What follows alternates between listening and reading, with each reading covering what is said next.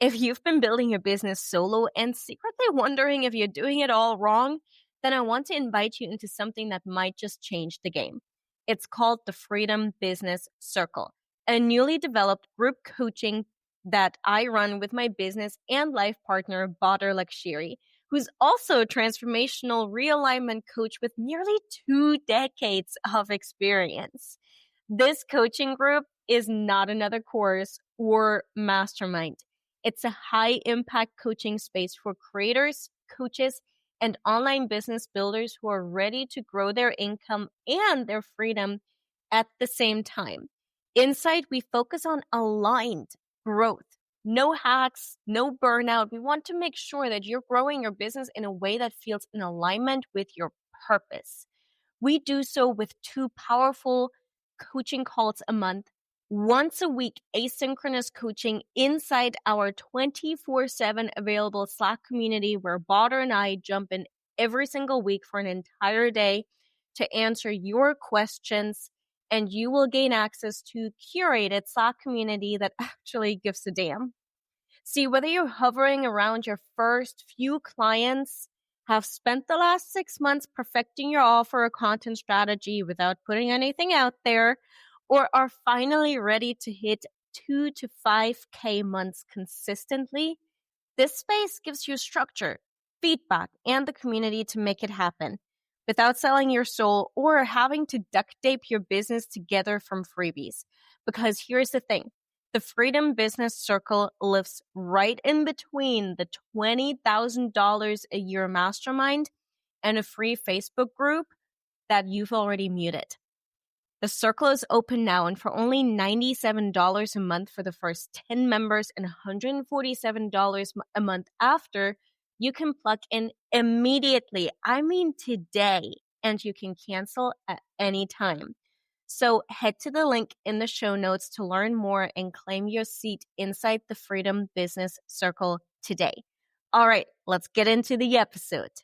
Hello and welcome back to another episode of Your Business Untethered. I am here today with a very, very special guest, someone who I would argue to be my favorite person in the world. Of course, this is my partner in life and newly also partner in business, Badr Lakchiri. Thanks for coming on. How are you? Thank you for having me. I am great. What about yourself? It is my pleasure to have you. So the reason I wanted to bring you on is, it's multifold, really. We have just recently started to collaborate in a very specific coaching space for new entrepreneurs who are ready to go from, scrambling by to actually having consistent 4-figure a month income. But I also just find that so many of the conversations that you and I have from a strategic and philosophical perspective off the records, some of those conversations about business should really be brought to our respective audiences. So why don't you go ahead and introduce yourself? Tell us what you do in the world and why this matters. Okay, great. Thank you so much. So my name is Badr. I worked in New York City for a very long time, over 15 years in various management jobs and steady paycheck. And at some point I was going paycheck to paycheck.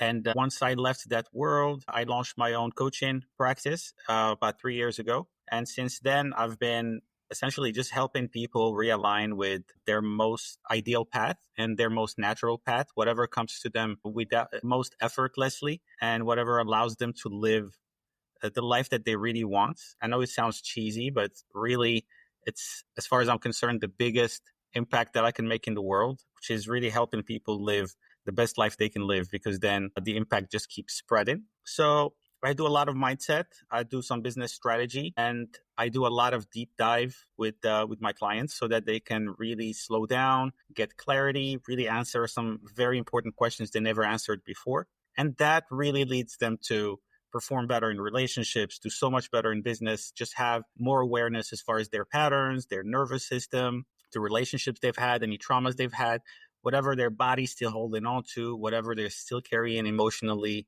and mentally that is presenting them now with challenges. And this awareness is the core of everything I do. It's deeper and more important than strategy, more important than any tips or tools or techniques or systems. But of course, all of that is very important. And I think it's one of the reasons why I love collaborating with you for this next project is because you bring all of that to the table, all the strategy, all the systems, all the structure, all the operations. So yeah, I'm very excited to do this with you. Yeah, one of the things I've always been really awed by whenever I witness you interact with another person is your ability to be truly present with that person and to ask a question that takes that person completely aback and then changes their entire life. So, how did you stumble into coaching? Why do you do what you do these days? Basically, we've all heard of some big coaches. We've seen motivational speakers. It's been going on a while, all the famous ones, the Tony Robbins of the world. And I guess in the back of our mind,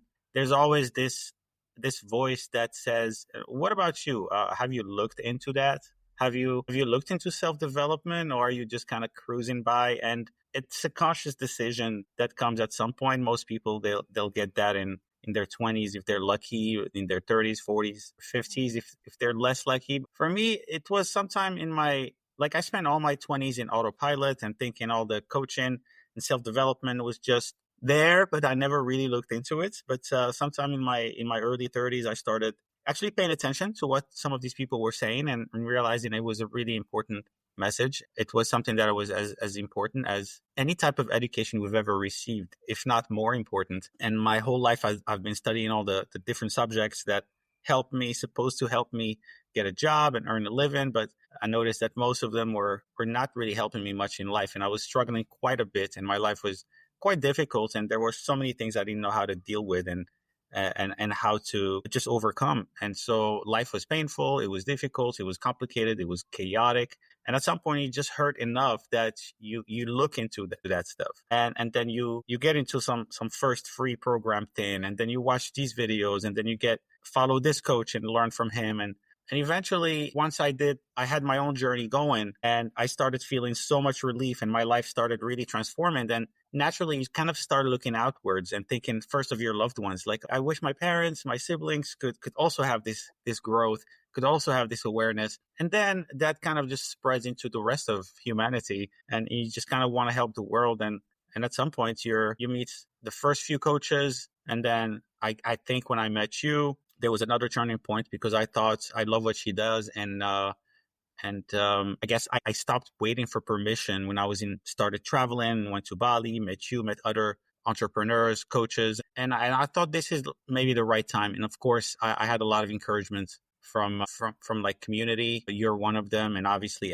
anybody else that I met, like I've had coaches early on offer me free coaching. I've attended some incredible live events with some incredibly powerful coaches. And all of that kind of just accumulated and made me believe, hey, I don't need to be the best coach in the world. I just need to solve a painful problem for people, help them with something that they're struggling with. And then after that, it was really just kind of like effortless. I never questioned it again. I just kind of flow with it and trying to build a solid business while I'm doing this impact. There are so many important milestones that you just sort of glossed over, right? You left your job, you moved to Bali, you met me, and boom, you have a business. And I find that very phase, like let's say the 6 months to 12 months right after you quit your job, to be an incredibly tender phase in our lives. And a lot of people who are listening to the podcast are fairly new to business. And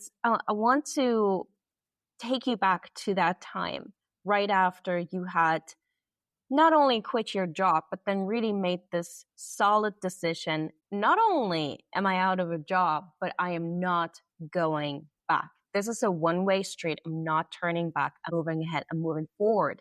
And I know for you as well, and I don't think I give too much away if I say this, you didn't know where you were going. You didn't know exactly where that road would take you. Hindsight, of course, is 2020. We know where you've gone. We don't know where you're going. Doing that phase, like the 6 to 12 months after leaving your last job, what was the hardest thing for you about transitioning from employee into, well, first a new undefined identity and then eventually entrepreneur? Money. It's always the hardest thing. Yeah, just losing the paycheck, just losing a steady paycheck. Because like when you're miserable in a job, or if the job is okay, or if it's good but you don't see a future there, it doesn't matter. You know that you're getting a paycheck. You know your rent is getting paid. You know you're going to get food. You know the credit card is going to get paid. You know maybe some little money is going to go to be saved. Send a little money to my dad, all of that. So that the stress from that side didn't even exist. So I guess the first thing is gaining all kinds of new stress. And it all trickles down from not having a steady paycheck anymore, and not just having that structure where I'm like, sure, my job is not the best thing. I'm not super happy. I wish I could do other things with my life. But if I just walk outside today, take the train, sit there, do a few things, catch the train back, I will get paid. And I can repeat tomorrow and I can repeat the same day and I don't have to think.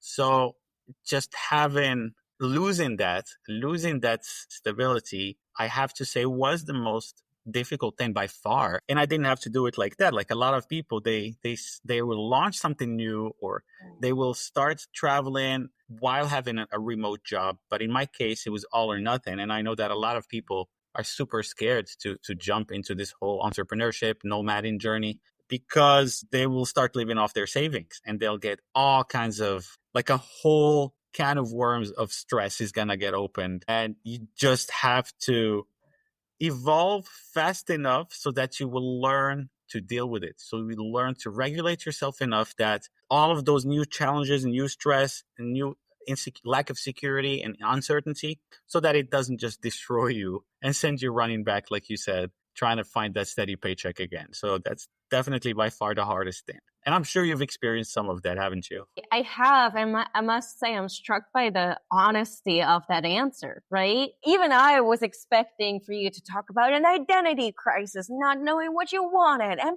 purpose in life, and who are you even, and what is life? But no, at the end of the day, the thing that is life is the ability to put food on the table.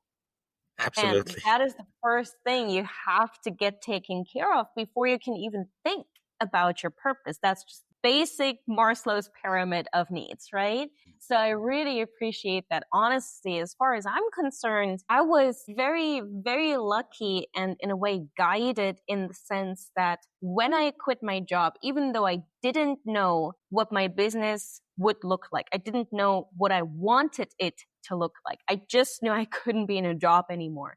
I actually had a remote part-time job and I had savings. So I had some regular freelance money coming in. I Okay. had savings and this was truly a privilege, I had my mom's basement, right? And that like Okay. very stereotypical way of building a business is exactly what became reality for me. I was literally building my business out of my mom's basement.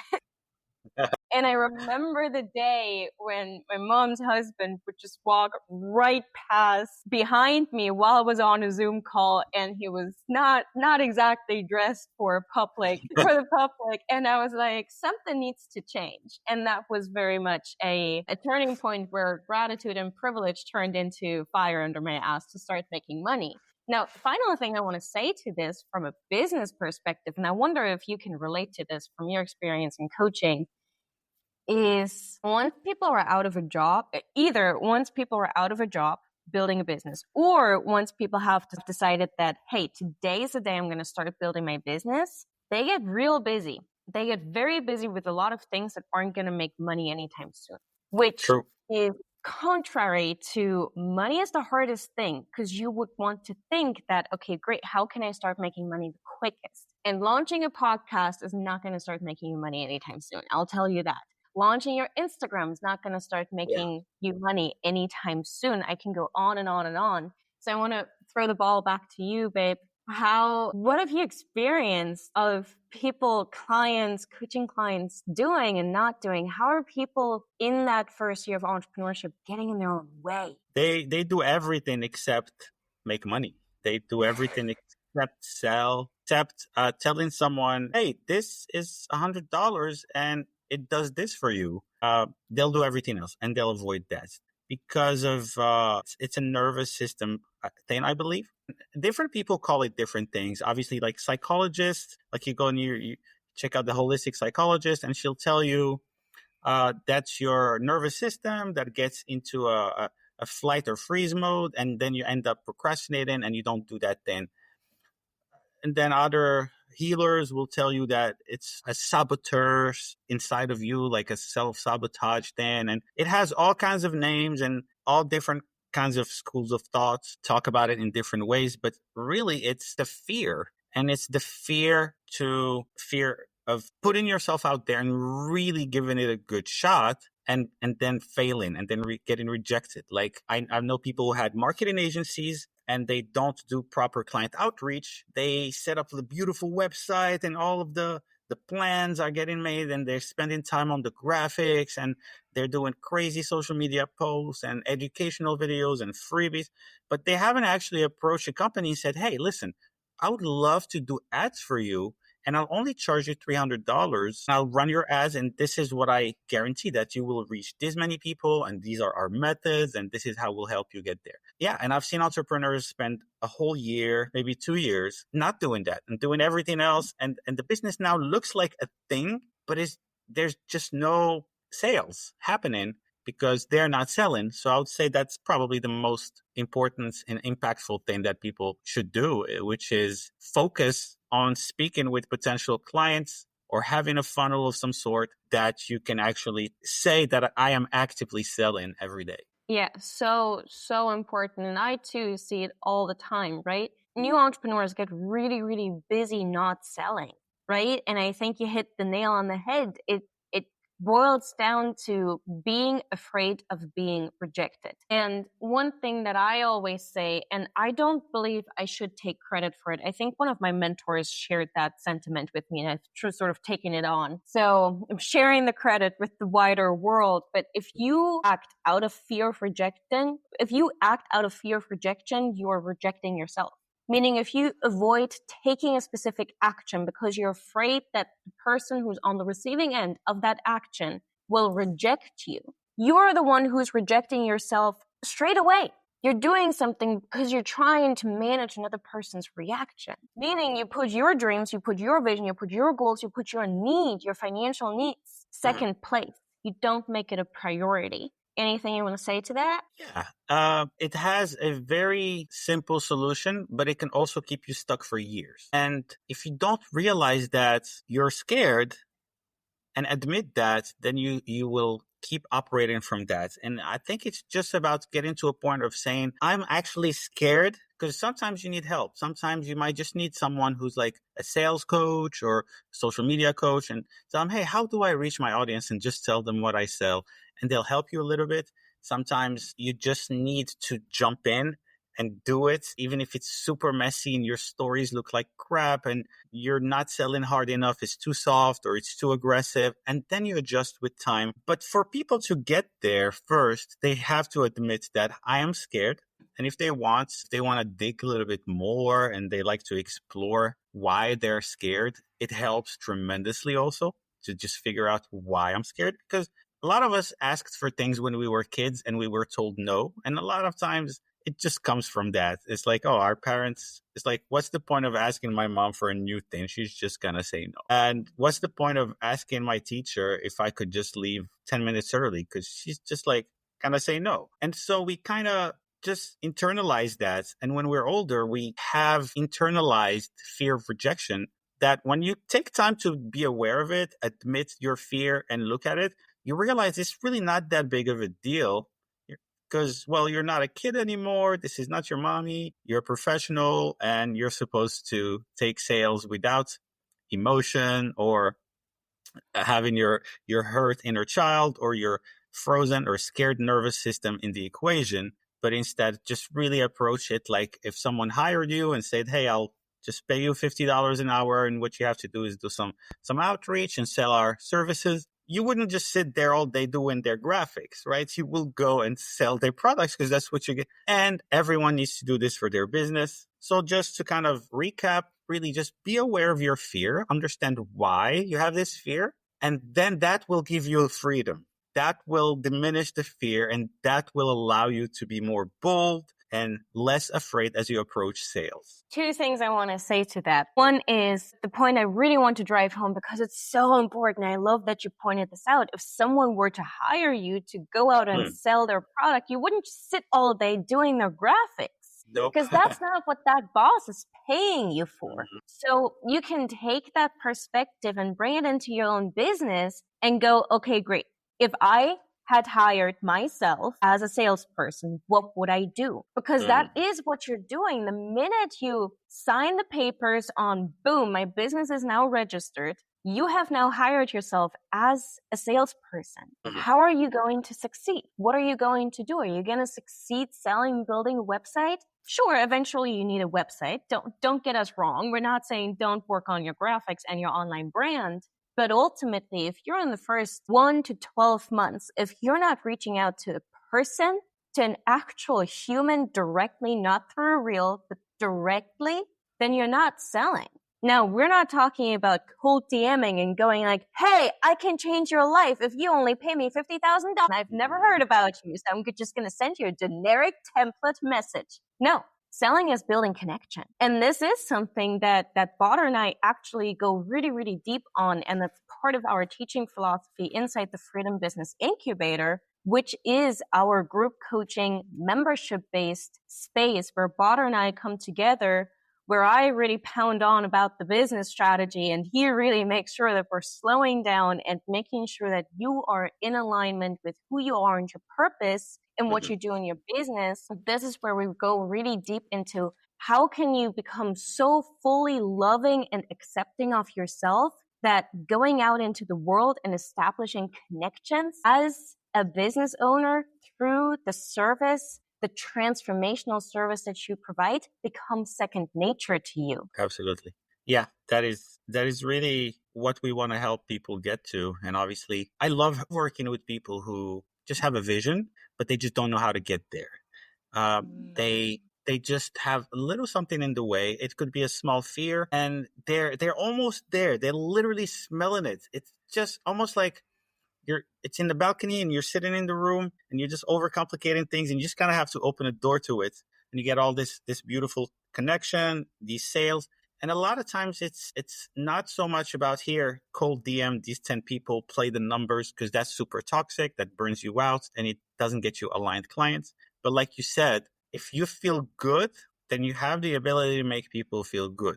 So imagine you're feeling like crap about selling. It's impossible to sell. And if you realize that I genuinely just want to serve, to help, and I feel happy and bright and joyful and present, and that's how I'm leading in my business, then kind of it becomes a no brainer. And that's why I think inside the incubator, having almost like a immersion in this kind of energy so that you don't even have to, almost like when you go to like a university and before in high school you had a certain mentality, but when you got to college your whole mentality shifts, especially when one of the professors is super inspiring for you. So that kind of energy is what I imagine for this incubator. And I know that when people are surrounded with this kind of bold, unafraid energy, and it's a real supportive group, it's so much easier for them to step into it and come back and share their feedback and say, hey, I just spoke to this person fearlessly. And you share that with your coaches, you share that with your incubator mates and all the other entrepreneurs who will root for you, tell you what they did. And so I think that the potential for growth when someone joins with us, honestly, it's really monstrous. And I just can't wait to see people just have that exponential growth that starts within. And so it's really the biggest kind of growth of all. So beautifully said. And what really, really fires me up is that we're having this conversation like an hour after we have brought on our very first member of the incubator, right? We're Yes. recording this conversation. It's going to be released a few days later, but we're recording this conversation as we're just beginning to talk about the incubator. And this morning I woke up to a message from you and you were like, we have our first client, and boom, we have the first member, and that space is now being filled, right? And our invitation is to bring 10 to 20 people into this inaugural group for exactly the reason you just mentioned. There's a difference between doing it alone and going overboard with identifying with the term solopreneur and really plugging into a community of members who are on the very same journey with you, have the same questions, you have the same fears, and who can really magnetize their and your actions in a really powerful way, in a way that's going to help you, listen up, monetize your gifts. Because if you don't have money, you can't grow your business. We have to get to the money fast at first, but also plug into a group that's led by Badr and I, who are, well, we've been in this field for a minute, right? We're able to slow you down and go, hey, you're running off into the wrong direction here. Let's take a look at this. Let's make sure that the action you take is the action you want to take. Because there is a lot of talk out there about the perfect 3-step formula to get to 6 figures. And what is perfect for me may not be perfect for you. So that's another thing that that you know, and that I think the audience by now also knows, I'm extremely passionate about, is helping you build a business and a life that really feels like your own. For you, Badr, if you were to be able to just impart one piece of wisdom to those new entrepreneurs who are listening, who are being bombarded with Facebook ads, Instagram ads, with probably a whole bunch of cold outreach in their DMs right now, what is one piece of wisdom you would want to impart onto that person who's just begun to find their footing on this entrepreneurial journey?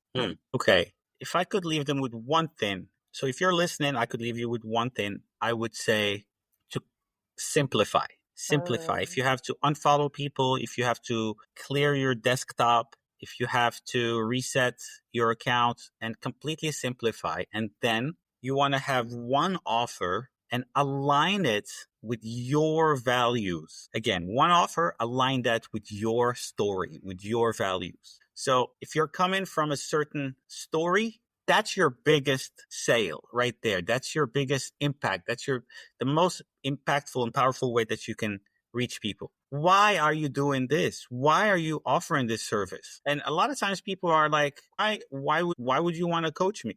Even after they're convinced that you can help them, a lot of times people want to know why. Like, why are you out here helping me? Like, why are you out here trying to help me get my business? So once they knew what I went through and how I've helped people in the past and how my life has changed and I have seen change and I've seen that it's really impactful, then they'll understand, wow, this is what drives him. And I think a lot of people, they hide a little bit behind that chaos and that really complicated multiple tabs, complicated desktop on their computer, having like a complex content strategy and downloading a million freebies. And this chaos it's like grass and you hide behind it. And you want to like just trim the grass, just have like a neat lawn for just a moment and take your main offer, align it with your values, align it with your story, and let your true voice from that story come out and tell people what your offer is, what it does, and how it can help them. Damn. As the way to start a business, I think this is such a profound question. You guys see why I love this guy? He's good. Okay, I should talk to you, not about you. You just really, I think, brought up something that's so important. You have to simplify. Now, you can scale a simplified business, but what I see as being a bit of a problem in this field is that there are a lot of genuinely successful online entrepreneurs out there. And by the time you reach multiple 6 figures and then are scaling to 7 figures and likely beyond, chances are that you have multiple offers. Chances are that you have multiple freebies, multiple ways to work with you, multiple content and marketing strategy, and not strategies, but content channels. Chances are that you have multiple offers that range from $10 all the way to $10,000, probably to $100,000, depending on who you are. And then new entrepreneurs come in and go, well, I'm going to start creating all of these offers. I'm going to start being on all of these platforms because clearly this is what I have to do. And first of all, you don't have to do anything. You can build a multiple 6-7 figure business with just one platform and a really good email list. But second of all, more importantly to this conversation, back to what you said, Badr, you have to simplify in the beginning. You can't start your business with a strategy that is meant for scaling your business, right? So there's a time and a place for strategies. And the very first strategy, I mean, the nuance of that strategy and how you implement it is going to depend on who you are and what your service is. Mm-hmm. But back to what you said, have your one core offer. And then if you have capacity and once you have a little bit of experience from actually connecting with potential clients, now you can add on what I call an audience builder offer, which is a more affordable, less dependent on your actual time spent on the offer product that you can now build and sell to gain trust from your growing audience and customer base. But this is where you get to start. You get to start with one marketing channel, with 1 or 2 connections a day, with one offer. Why? A, money. We need to get to the money fast. But B, research. You don't know who you're going to be as an entrepreneur 5 years from now. So give yourself, and this goes back to your whole shtick of aligning, give yourself an opportunity to experiment, to get it perfect. Don't wait for it to be perfect. Give yourself an opportunity to stumble, to experiment, to fail, to go, that didn't feel right, so that you can use feedback from your life, from your experience of life, of your business, as a way to realign and to align deeper and deeper towards who you are. So I believe you. I don't believe that. I know you're brilliant at content, right? We're talking a lot about how you need to simplify and sort of almost scale back all of the things that keep you busy in order to really sell. And at the same time, 2 things can be true at the same time, even though they sound a little contradictory at the beginning. You have to build an online brand. You have to start learning how to show up online. You have to start building that muscle. And you have been incredible at not only learning specifically the platform of Instagram, but really figuring out how to create content that connects so deeply, not only just one-on-one, but one on millions sometimes.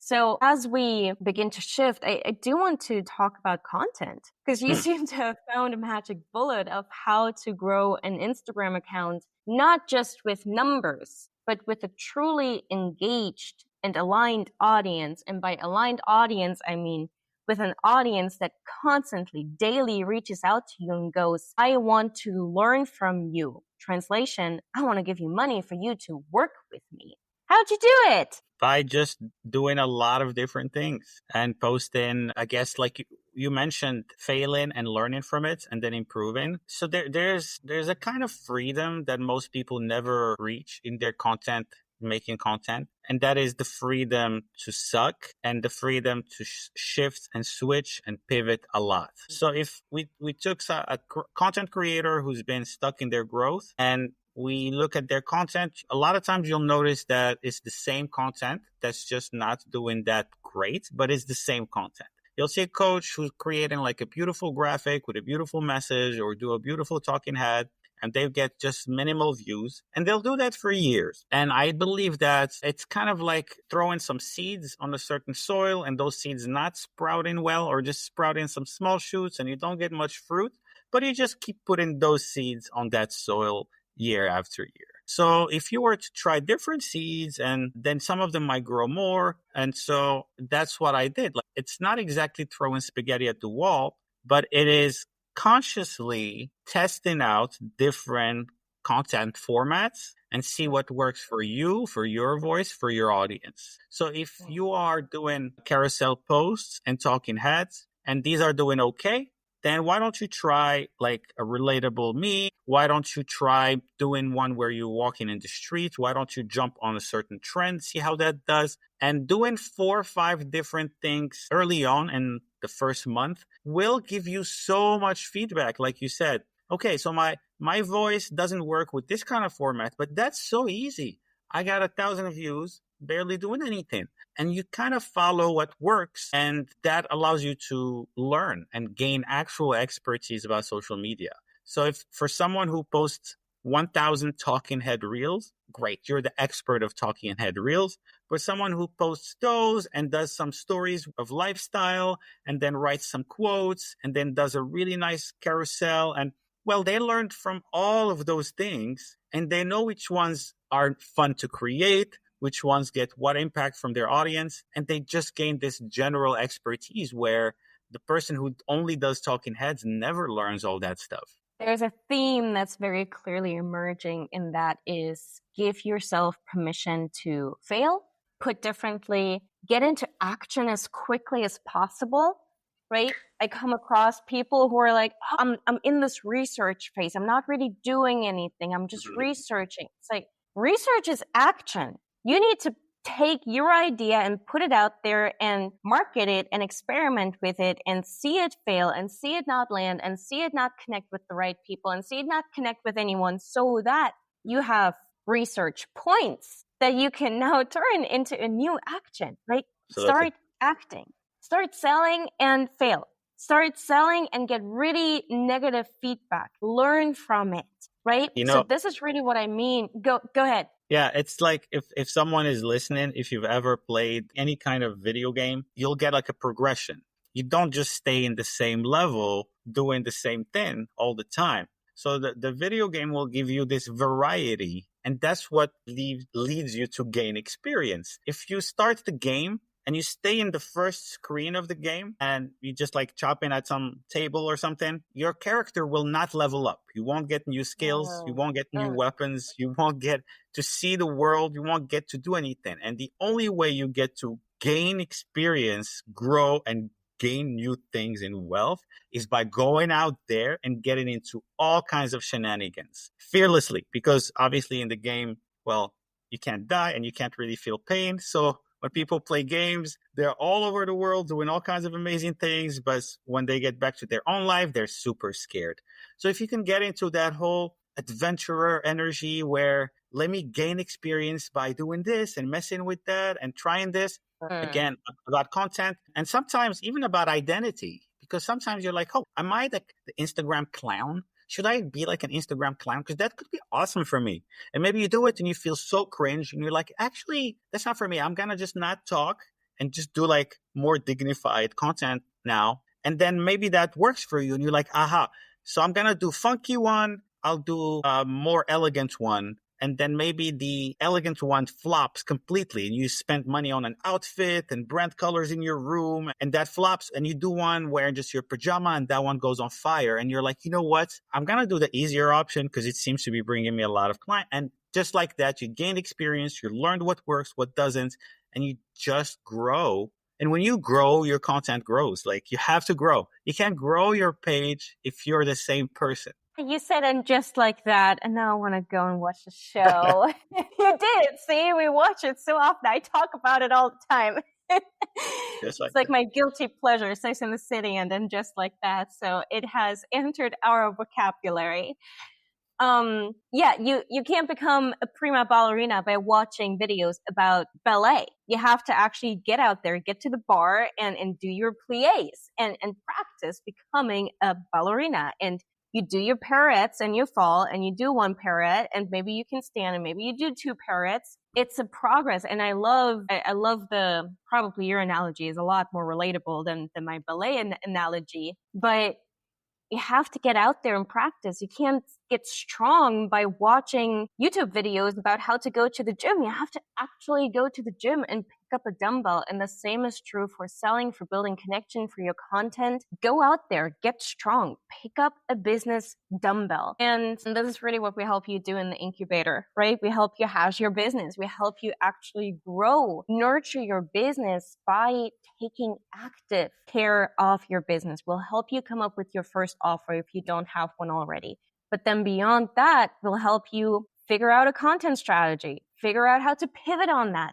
And most importantly, we'll teach you how to approach your entire business from a place of connection and service. So if you do that, your business becomes an amplifier, a magnification, a natural extension of who you are. And if you can truly begin to lead your life and build your business from who you are, chances are 10 out of 10 that you'll end up with a business that's actually sustainable for you to work on, because it's not some grotesque caricature of who you are. It's actually who you are. It's a representation, maybe not of all of who you are, but of a really important part of you. And our very mission is sure to get you to stable 4 figures. That is a 5-figure year. Once you have that, you'll have the funds, you'll have the stability, the security, the experience to scale should you want to.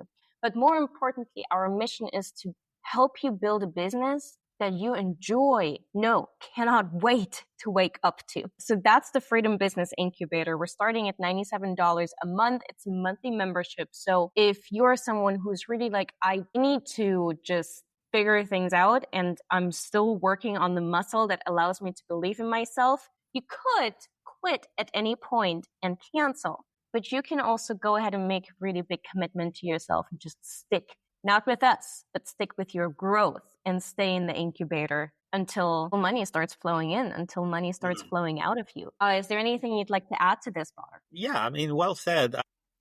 I think most people underestimate just how much help they can get and how helpful it can be to be inside a group coaching container, to have access to coaches who are ahead of them in the industry who can really kind of show them the ropes, and to have a community around them that supports them and that holds them accountable. It makes all the difference. You really go from, well, I have a business, but it's kind of just like a thing, to, wow, my business is getting really solid, really meaningful and chunky, and everything in it is feels more impactful. And you just get that feeling of realness, that it's almost like if you went and trying to study Shakespeare by yourself at home versus being in an academic environment inside the classroom with a professor, with other students, and the professor is challenging you and asking you all these deep symbolism and philosophy questions about the text. You're going to learn and expand like a million times more than if you were at home checking Google for explaining Shakespeare. So it's that kind of energy. People underestimate just how much growth they can get from something that costs less than $100 a month. So yeah, if you're listening,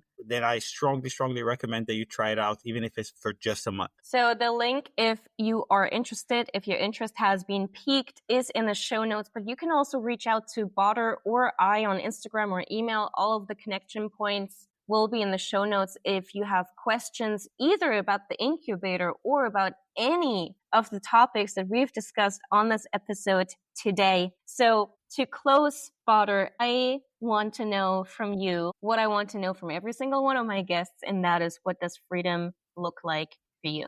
Well, you know the saying that freedom is doing what you want, when you want, with whomever you want. And for me, it's really that. It could be, I want to go and volunteer at the local soup kitchen, and to be able to do that. And I want to spend some hours gardening to be able to do that. I want to help some children to do that. And I want to connect with my family or visit an animal sanctuary to be able to do this, while living your purpose, of course, not just being unemployed and rich and spending money doing all these things, but really feeling that I'm contributing to the world, I'm giving something back, while having that freedom to do what I want, when I want, with whomever I want. Beautifully said. Thank you so much for coming on, babe. I hope this conversation has been helpful to at least one of you out there. And if it has been helpful, then please let us know. And you can let us know in the DMs, but you can also let us know by leaving a review. It truly does help the show get picked up by the algorithm. It really does help the show to spread its wings and the words to more and more people. That is my mission with the podcast, to grow a community that, you know, feels inspired and transformed and activated to, as we said throughout the episode, to truly take action. So I will so very much appreciate any kind of love that you will offer to this show and to Badr and I. And as always, go out into the world and create more freedom than you did yesterday. I love you. I mean it. And I will see you next week. Thank you for listening to the podcast, Your Business Untethered, hosted by me, Dinat, creator of Way of the Founder. I love hearing from you, so please drop me a DM on Instagram sharing your insights from this episode. And if you are ready to take the leap, my free guides, Plot Your 9-to-5 Escape in 7 days, and the Freedom Business Scorecard are in the show notes for you to grab. This episode created change for you? Please leave a review and be a friend and share this with a friend or colleague that you love. Until next time, please wake every day, seize the day, defy the norm, and create your very own type of freedom. I love you. I do mean it.